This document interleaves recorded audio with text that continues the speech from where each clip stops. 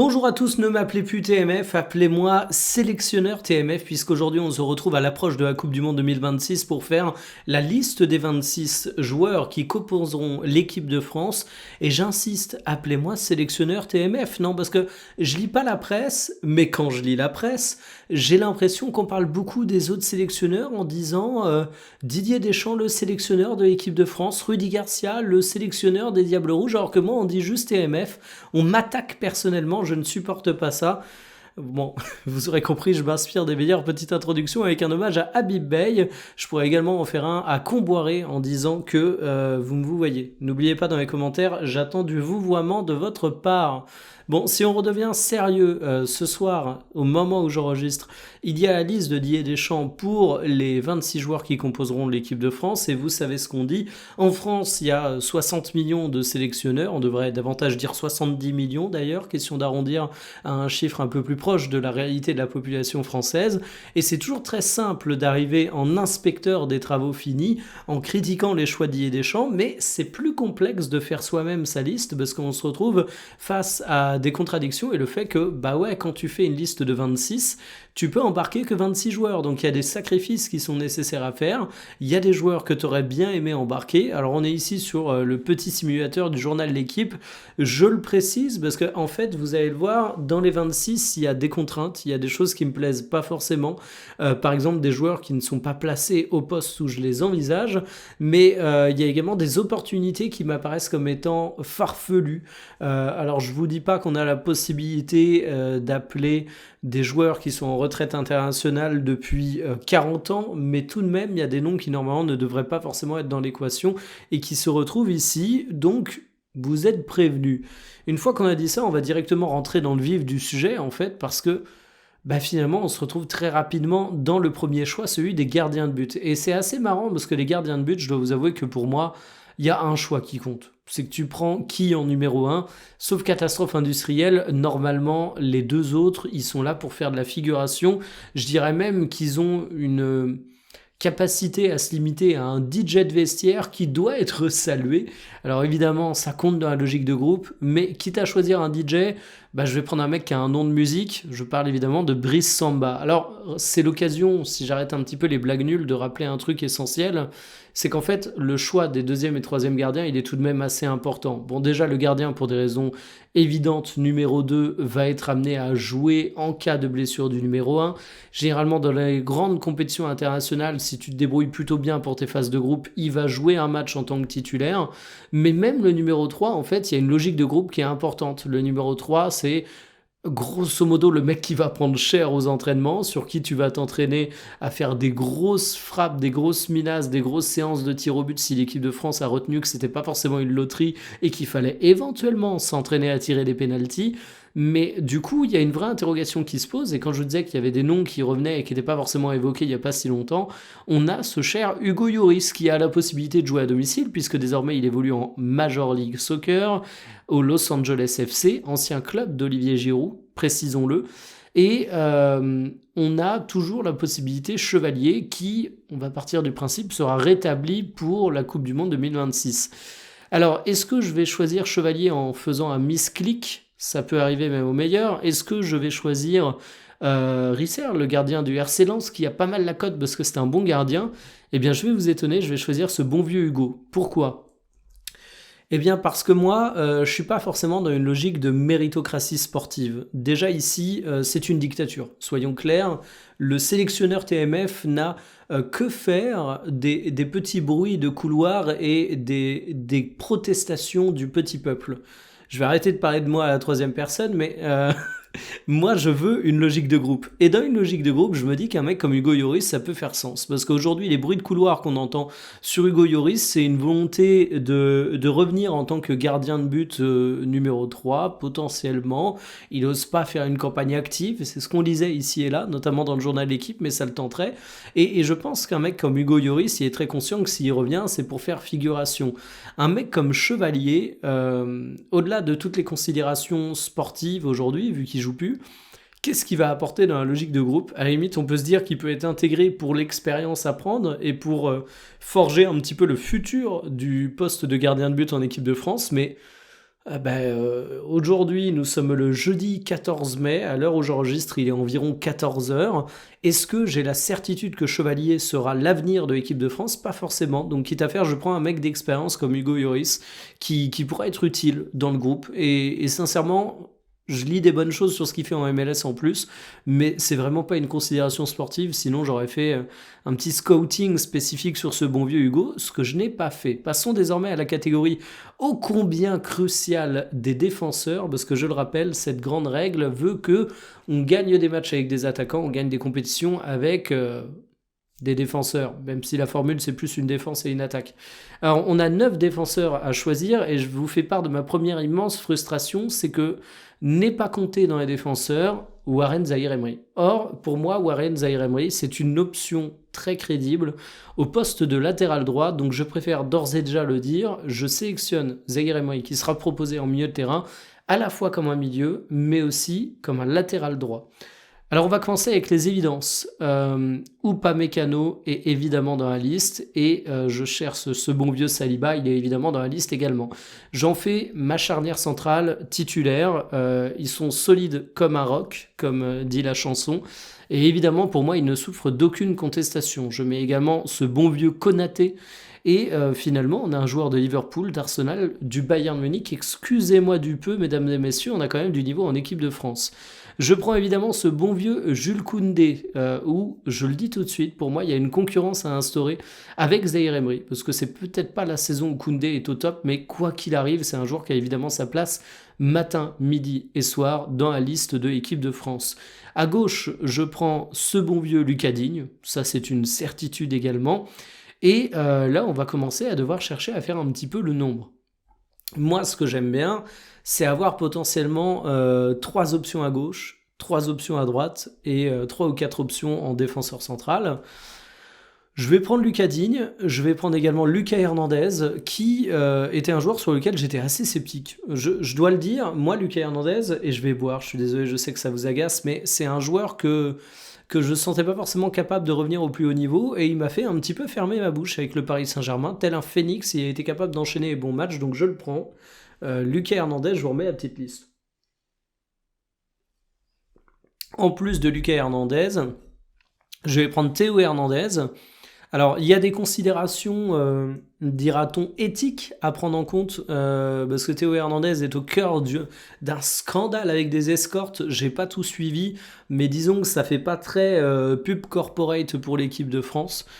J'ai donc mes 3 latéraux gauches en la présence de Lucas Digne, Hernandez et Théo Hernandez. Nous avons Koundé, nous avons également, je l'ai dit, Zaïre-Emery qui compte à droite, mais je vais également prendre ce bon vieux Malo Gusto, ce qui fait que j'ai actuellement 3 défenseurs centraux. On peut compter Lucas Hernandez comme central potentiel, on peut compter Jules Koundé comme central potentiel, ce qui m'offre quand même de nombreuses options à ce poste. Je pense qu'on est blindé et qu'on n'a pas trop à s'inquiéter, mais il m'en faut un autre. Et là, je dois vous avouer que je suis hésitant. Je suis hésitant parce que Kaloulou offre l'immense avantage d'être un mec aussi à l'aise en centrale qu'à droite. J'aime bien cette polyvalence.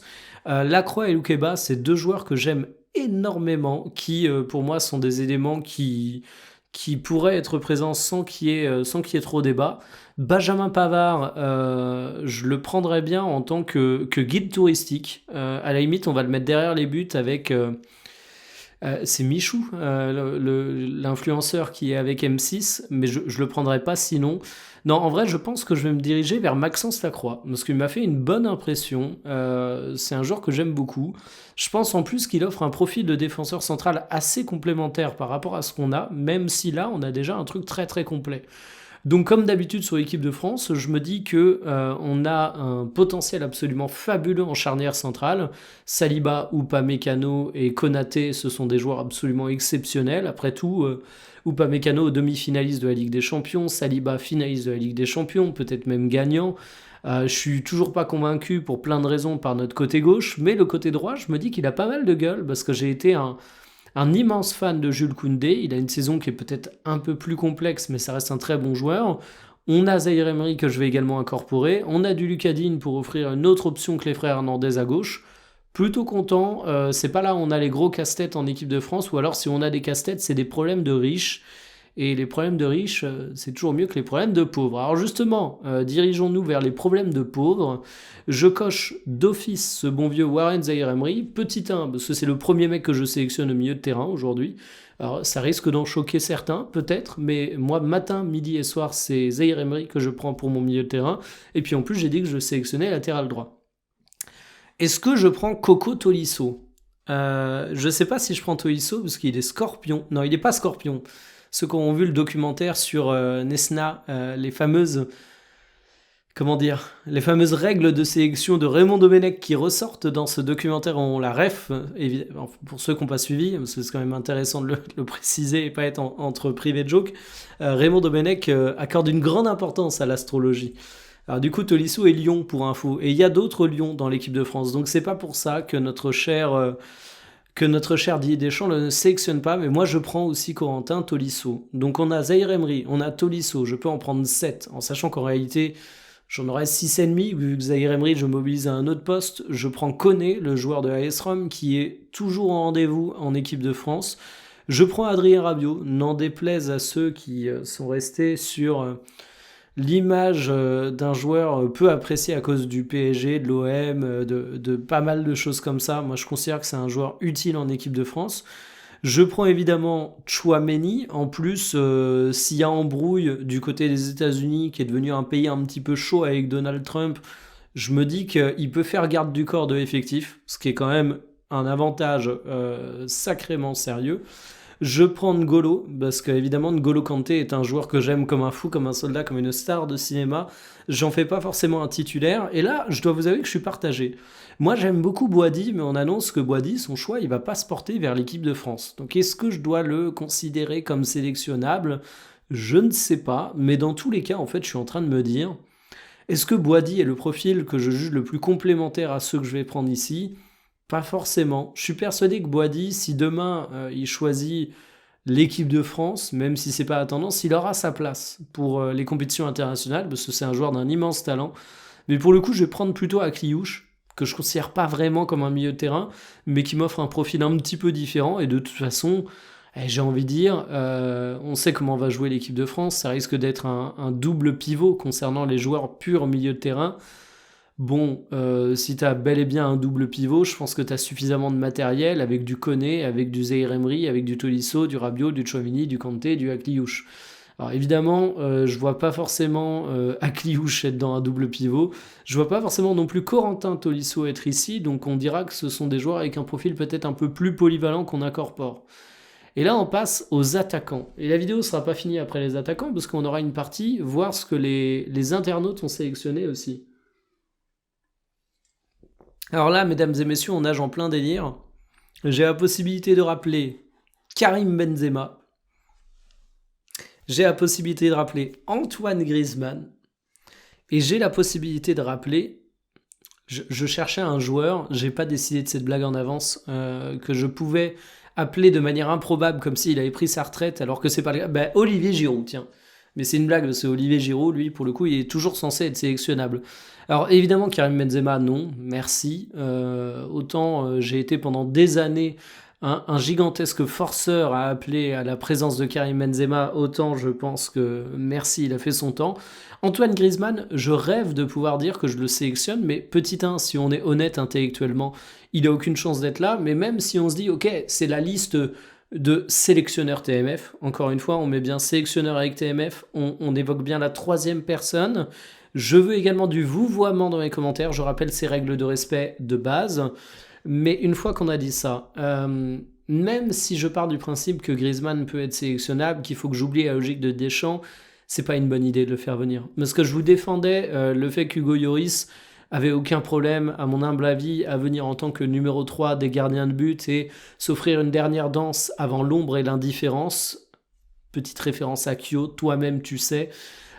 Autant Antoine Griezmann, il est quand même parti dans des conditions particulières de l'équipe de France.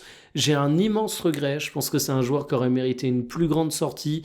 Je pense que c'est un joueur qui aurait mérité de faire partie de cette liste de la Coupe du Monde 2026. Vous allez me dire, bah du coup, appelle-le. Ouais, mais je peux pas modifier le passé. Et si je suis honnête intellectuellement, Bah, dans les conditions actuelles de l'équipe de France, je vois pas comment un retour d'Antoine Griezmann peut bien se passer.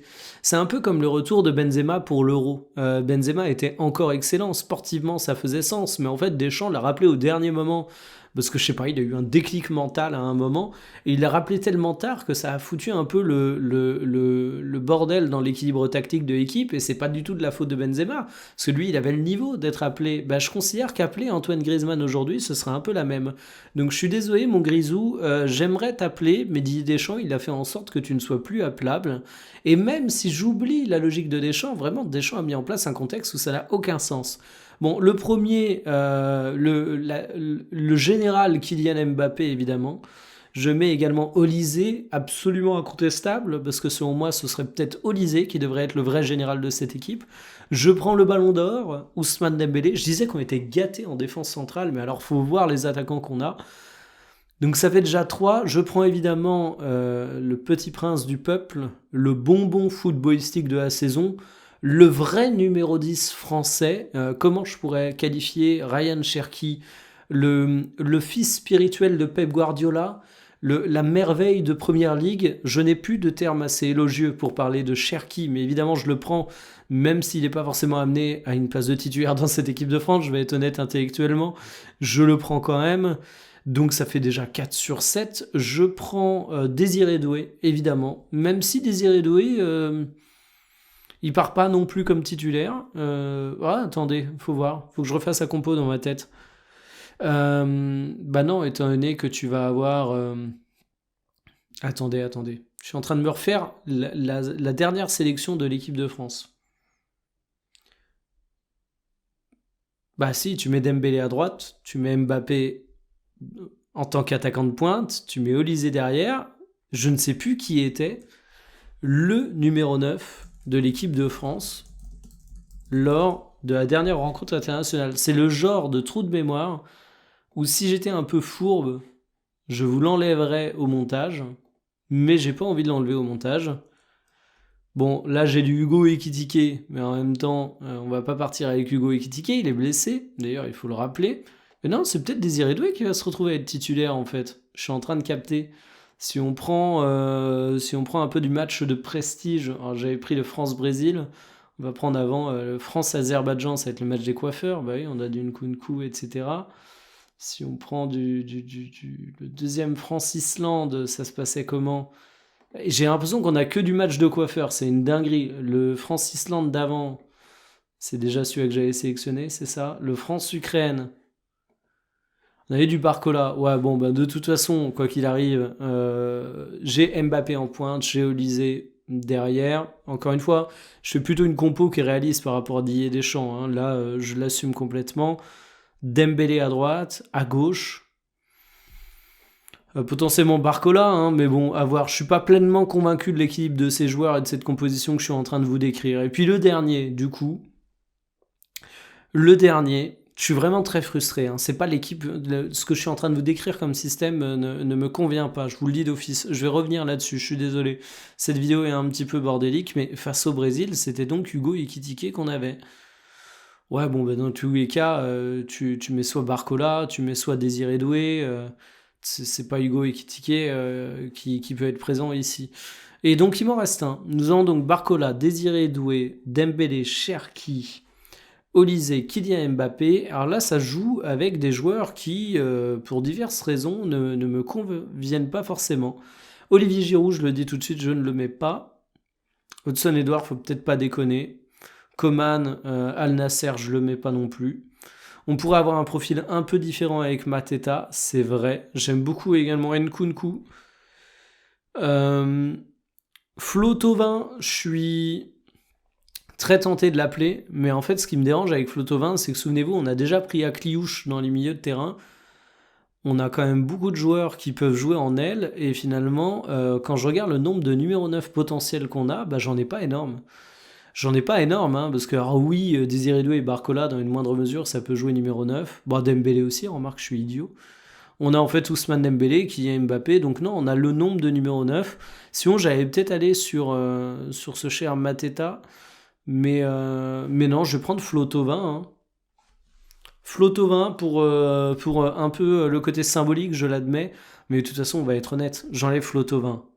Olysée, Kylian Mbappé, Désiré Doué, Dembélé, Barcola, Cherki, et derrière on a Akliouche.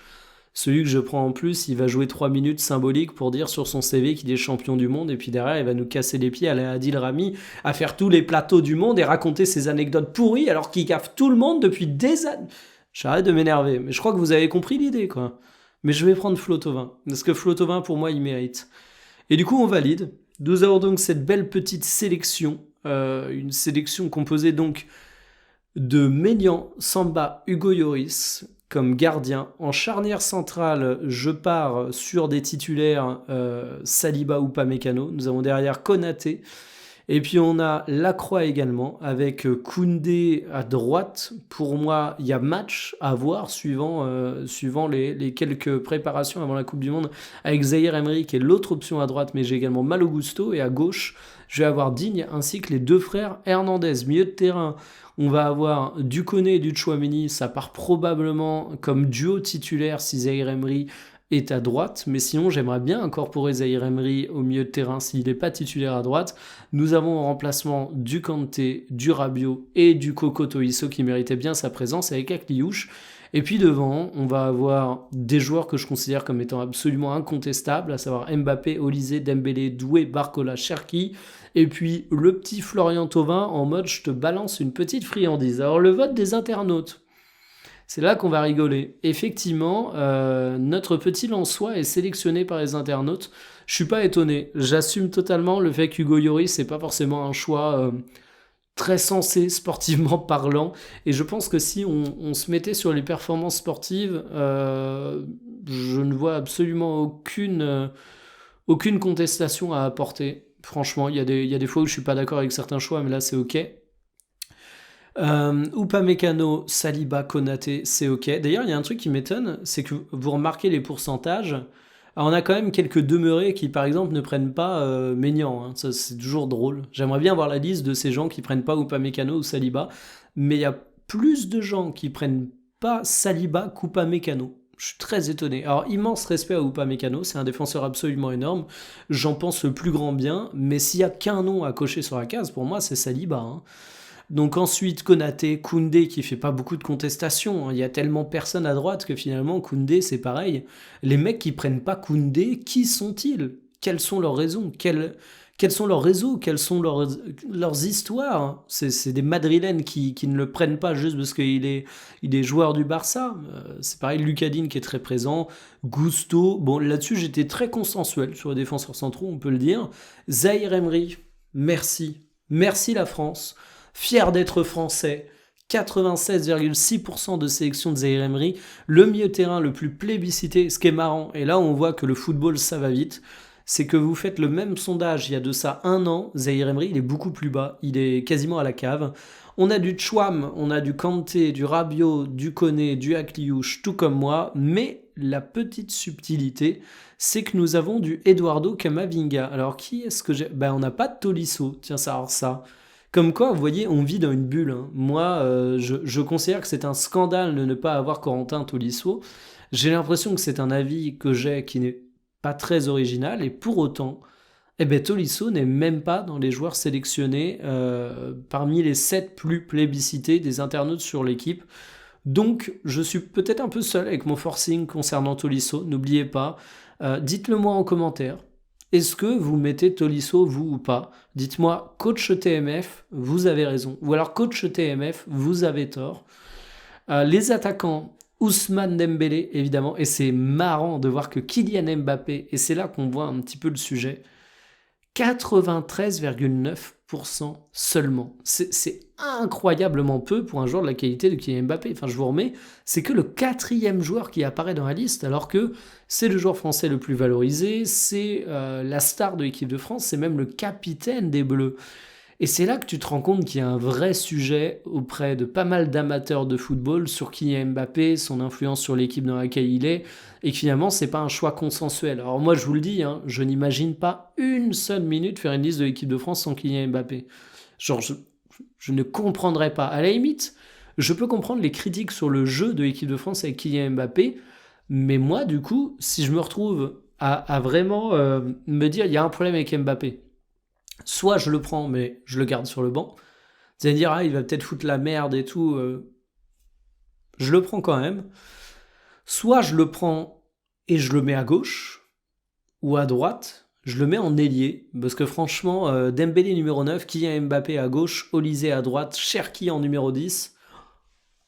Alléluia. Incroyable. Équipe incroyable. En fait, ce serait ça mon 11.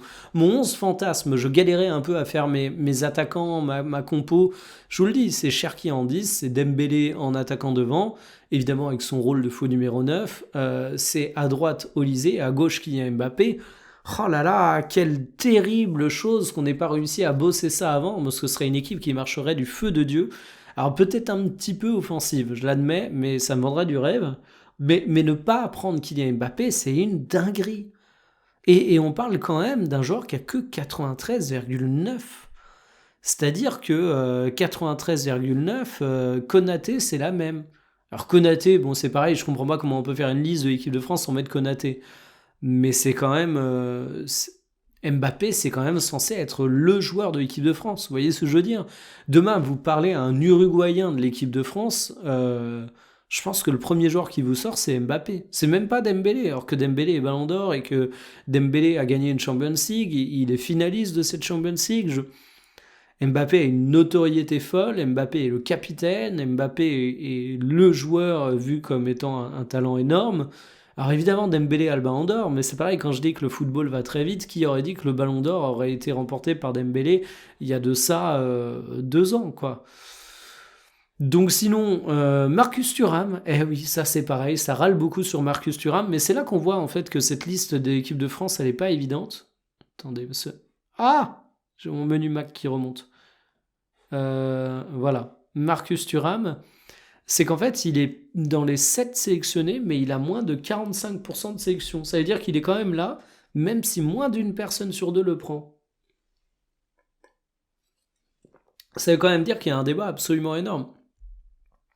Sinon, hein, du classique, hein, Barcola, Cherki, Désiré Doué, Monflo, Thauvin n'y est pas, mais j'admets. De toute façon, moi, vous aurez compris qu'au bout d'un moment, il y a des joueurs que je considère comme étant des accompagnateurs de luxe. Je sais, c'est un peu exagéré de dire ça.